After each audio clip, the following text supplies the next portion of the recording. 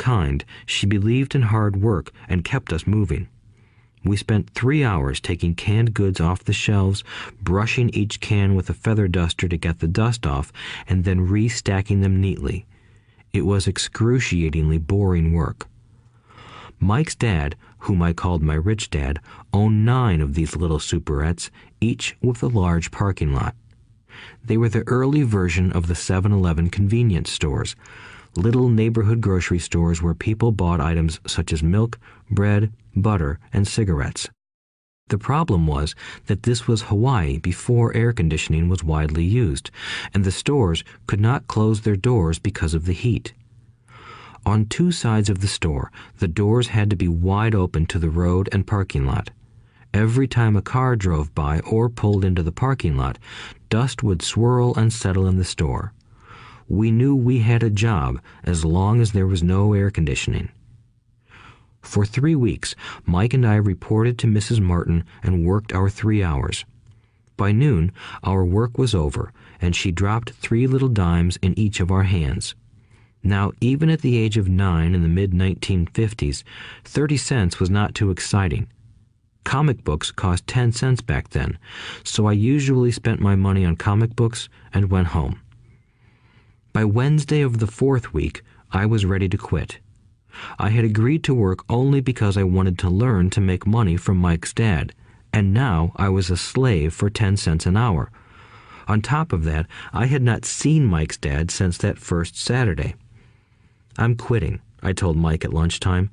School was boring, and now I did not even have my Saturdays to look forward to. But it was the 30 cents that really got to me. This time, Mike smiled. "What are you laughing at?" I asked with anger and frustration. "Dad said this would happen. He said to meet with him when you were ready to quit." "What?" I said indignantly. "He's been waiting for me to get fed up?" "Sort of," Mike said. "Dad's kind of different.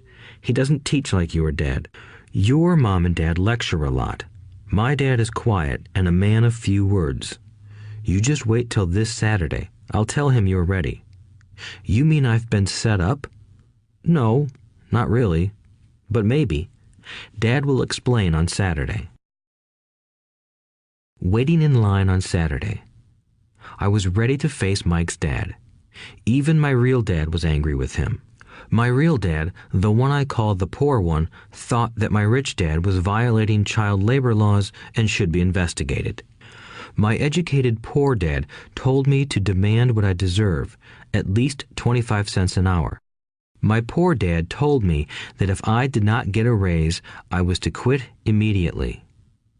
"You don't need that damn job anyway," said my poor dad with indignation.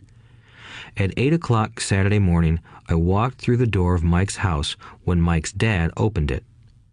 "Take a seat and wait in line," he said as I entered. He turned and disappeared into his little office next to a bedroom. I looked around the room and didn't see Mike anywhere. Feeling awkward, I cautiously sat down next to the same 2 women who were there 4 weeks earlier.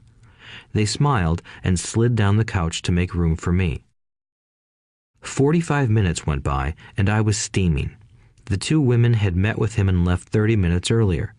An older gentleman was in there for 20 minutes and was also gone.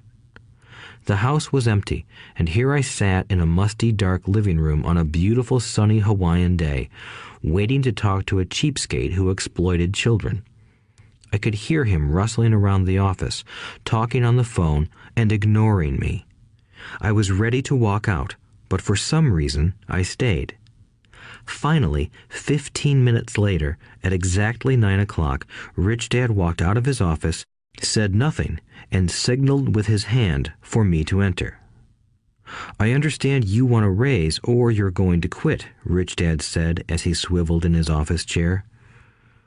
"Well, you're not keeping your end of the bargain," I blurted out, nearly in tears. It was really frightening for me to confront a grown-up. "You said that you would teach me